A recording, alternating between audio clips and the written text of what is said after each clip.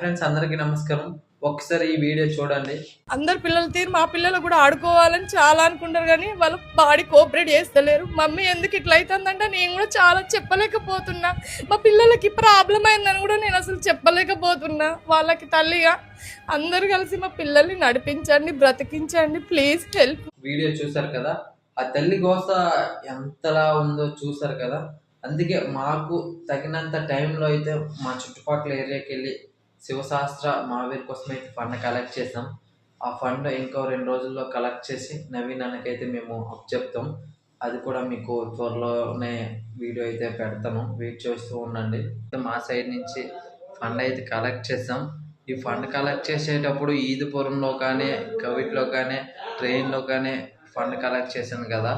ఇక్కడ కలెక్ట్ చేసిన ప్రతి దగ్గర సపోర్ట్ చేసిన ప్రతి ఒక్కరికి నా హృదయపూర్వక ధన్యవాదాలు. ఎందుకంటే ఈ పిల్లలకి ప్రతి రూపాయి చాలా ఇంపార్టెంట్ అనమాట. ఈ ఇంపార్టెంట్ టైంలో కూడా చాలామంది తప్పుగా అర్థం చేసుకున్నారు నన్ను. కానీ తప్పుగా అర్థం చేసుకున్న వాళ్ళందరికీ నేను ఒకటే చెప్తున్నా, మంచి కోసం చేసేటప్పుడు ఎన్నో అడ్డంకులు వస్తాయి.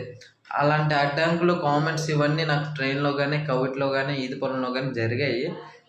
వాళ్ళకైతే నేను ఒకటే చెప్తున్నాను, ఎవరైనా వాళ్ళకి ఆపద వచ్చింది ఆదుకోండి అని వచ్చేటప్పుడు కొద్దిగా మీకు అక్కడ ఉంటే ఆదుకోండి, లేకపోతే మా వల్ల కాదని చెప్పాను. కానీ వాళ్ళకి ఏదో తక్కువ చేసి మాట్లాడడం, ఏవేవో అనడము అది కరెక్ట్ కాదు. చూసుకోండి ఎవరైనా వచ్చేటప్పుడు. శివశాస్త్ర మహావీర్ కోసం అయితే గత 4 రోజుల నుంచి ఫండ్ అయితే కలెక్ట్ చేసాం. ఇంకో ఒక 2 రోజులు అయితే ఫండ్ కలెక్ట్ చేసి మేము ఆ ఫండ్ అయితే రామ్ సింగ్ నవీన్ అన్నకి ఇవ్వాలనుకుంటున్నాం.